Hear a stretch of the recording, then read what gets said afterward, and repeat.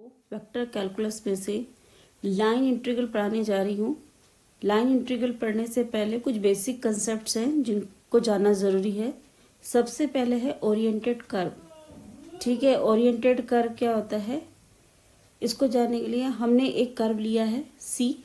इस पे हमने एक कर्व लिया है सी। ठीक है, और ये सी कर्व जो है ये हमने इस तरह से ओरिएंट कर रहे हैं कि हम इसकी टू डायरेक्शंस ले रहे हैं। एक अलोंग सी ले रहे हैं, यानी कि पॉजिटिव डायरेक्शन जो अलोंग सी, ये पॉजिटिव डायरेक्शन, और जो इसकी अपोजिट डायरेक्शन है वो क्या कहलाएगी, निगेटिव डायरेक्शन। ठीक है, ए पॉइंट जो है इस कर्व का इनिशियल पॉइंट है और बी पॉइंट इसका क्या है, टर्मिनल पॉइंट है। ठीक है, तो हमने क्या किया, इस कर्व को इस तरह से हमने इस तरह से चूज किया है, इसको ओरिएंट किया है कि जो इसका जो टर्मिनल पॉइंट है, ये देखिए, ये इस तरह से ओरिएंट किया जा रहा है कर्व कि आप जो है इसको चलते चलते जाएंगे इस डायरेक्शन में, पॉजिटिव में, तो ये आपके इनिशियल पॉइंट जो है वो जाकर आपका टर्मिनल पॉइंट पे मिल जाएगा।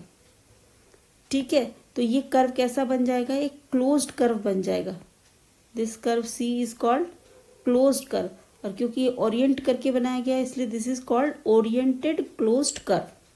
This curve is called oriented closed curve. In case these two point coincides, इस केस में क्या हो रहा है, ये दोनों पॉइंट, इनिशियल पॉइंट और टर्मिनल पॉइंट, दोनों क्या कर रहे हैं, कोइंसाइड कर रहे हैं। The curve is called closed curve. ठीक है, नेक्स्ट आता है आपका स्मूथ कर्व। स्मूथ कर्व क्या होता है, आपके पास एक इक्वेशन है, वेक्टर इक्वेशन है, ये स्मूथ कर्व के बारे में बता रहे हैं। वेक्टर इक्वेशन है R T is equal to x T I plus Y T J plus Z T K. This is a parametric equation of the curve. ये आप जानते हैं, parametric equation of the curve joining the two points A and B, where T is equal to T1 and T is equal to T2। ठीक है, parametric curve की equation है जिसमें दोनों पॉइंट T, एक पहला जो है जो दो पॉइंट को मिला के ज्वाइन करके बन रहा है कर्व ए और बी को। ठीक, और dr अपॉन dt क्या होता है, dr अपॉन dt एक टेंजेंट वेक्टर है। इसी कर्व के किसी पॉइंट r के ऊपर, पॉइंट के r के ऊपर dr अपॉन dt क्या है, एक टेंजेंट वेक्टर है। ठीक है, suppose the function rt is continuous. अगर ये फंक्शन जो है हमारा, यानी कि ये फंक्शन जिसके द्वारा हम कर्व को रिप्रेजेंट कर रहे हैं, ये फंक्शन कैसा है, कंटिन्यूस है।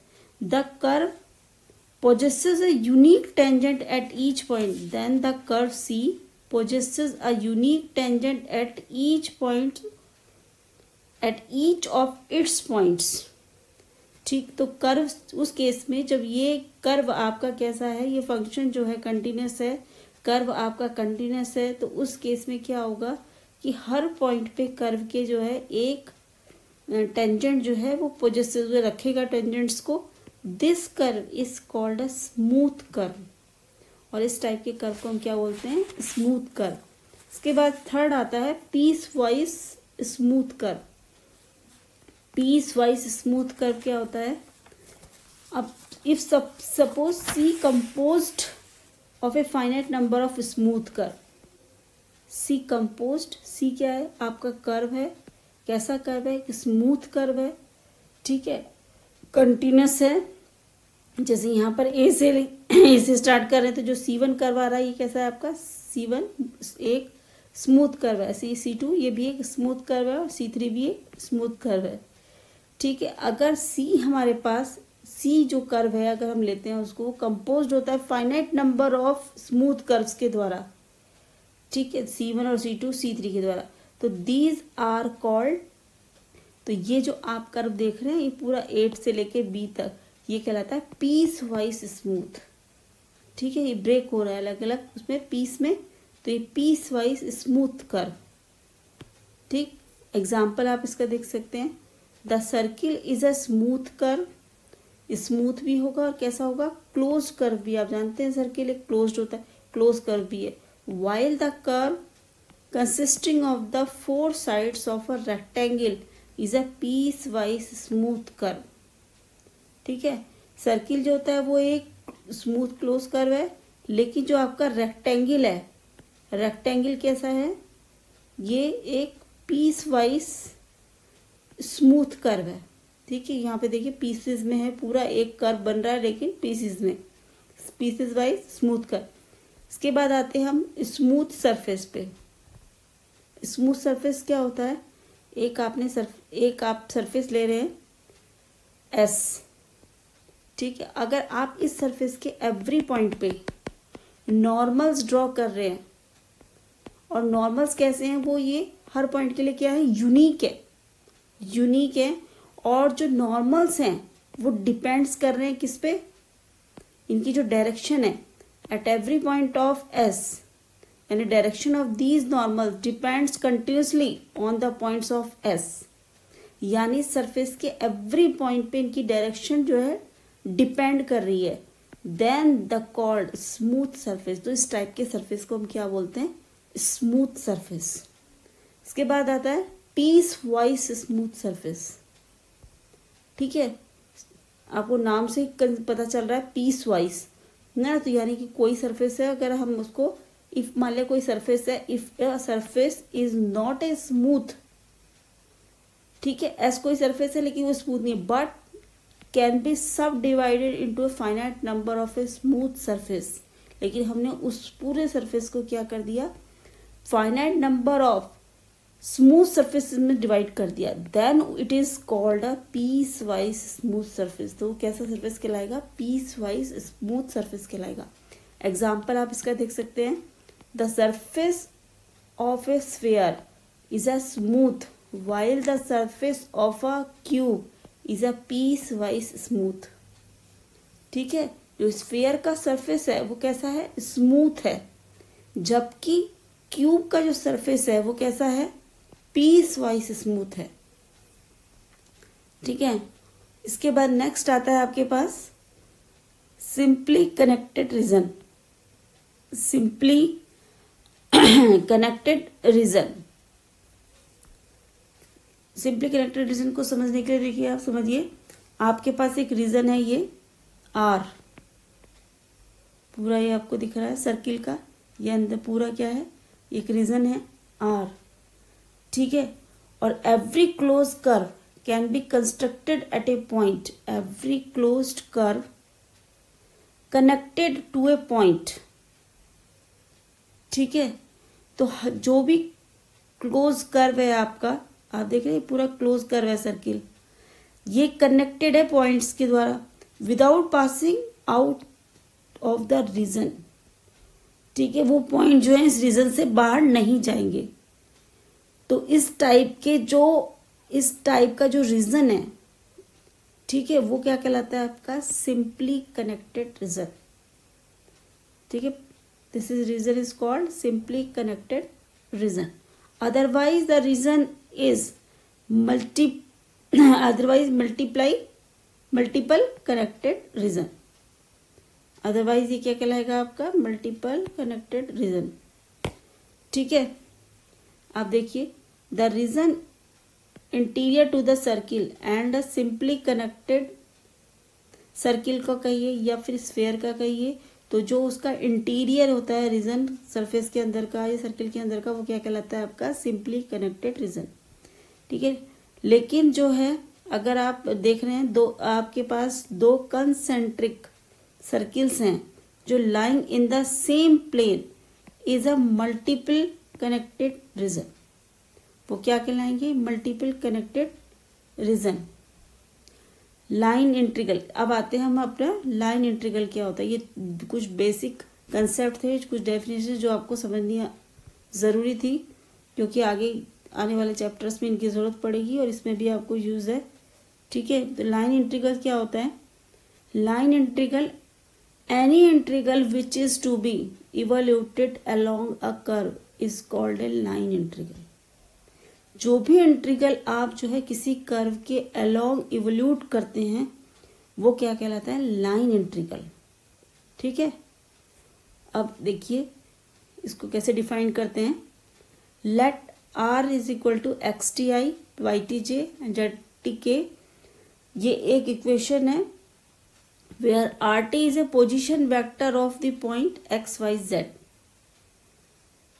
एक वेक्टर इक्वेशन है कर्व की।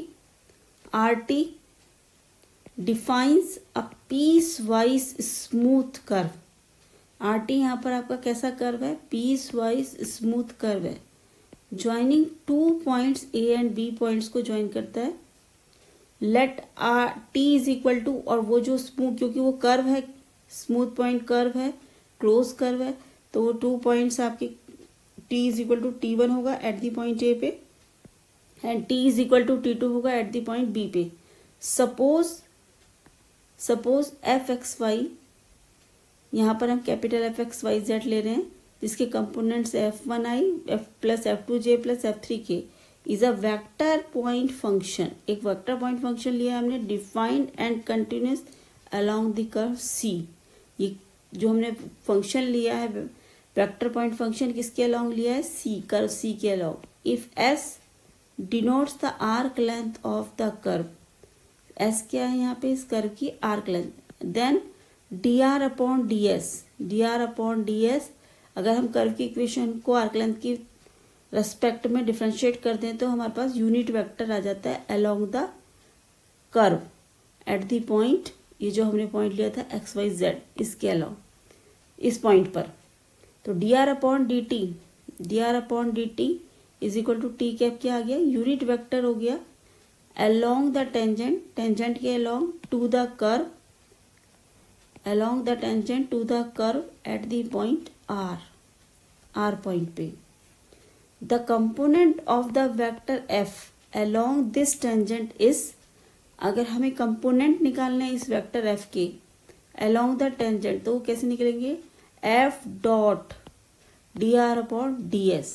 Then the integral of f dot dr upon ds, यानी f dot dr upon ds का जो इंटीग्रल होगा along the curve C from A to B, from A to B written as, कैसे लिखेंगे इसको हम? Written as integral A to B f dot dr upon ds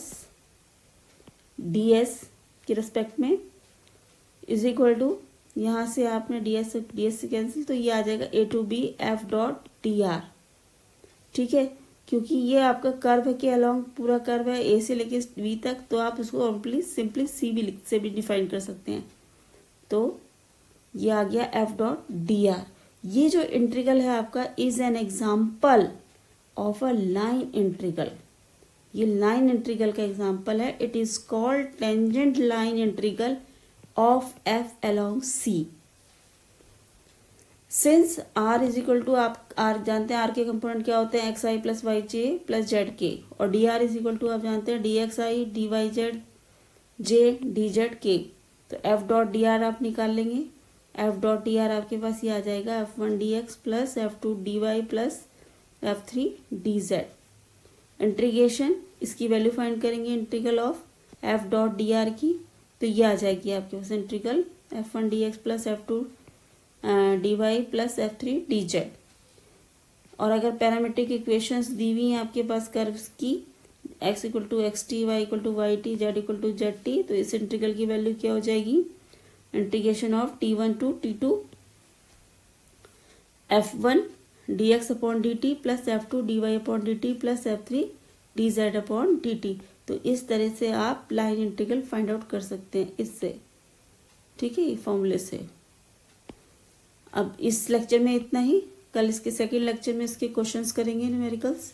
okay, thank you students.